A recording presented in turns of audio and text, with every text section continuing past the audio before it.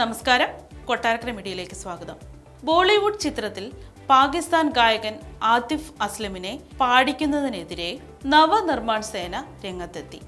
ഇന്ത്യയിലെ ഏതു ഭാഷയിലുമുള്ള സിനിമാ വ്യവസായത്തിൽ ഏതെങ്കിലും പാകിസ്ഥാനി കലാകാരന്മാരെ ഉൾപ്പെടുത്തുന്നതിനെ വെല്ലുവിളിക്കുമെന്ന് NMS സിനിമാ വിഭാഗം പ്രസിഡന്റ് അമയ ഖോപ്കർ അറിയിച്ചു. പുറത്തിറങ്ങാനിരിക്കുന്ന ബോളിവുഡ് ചിത്രമായ ലവ് സ്റ്റോറി ഓഫ് 90യിലെ റൊമാൻറ്റിക് ഗാനം റെക്കോർഡ് ചെയ്യാൻ അസം പദ്ധതിയിടുന്നതായി റിപ്പോർട്ടുണ്ട്.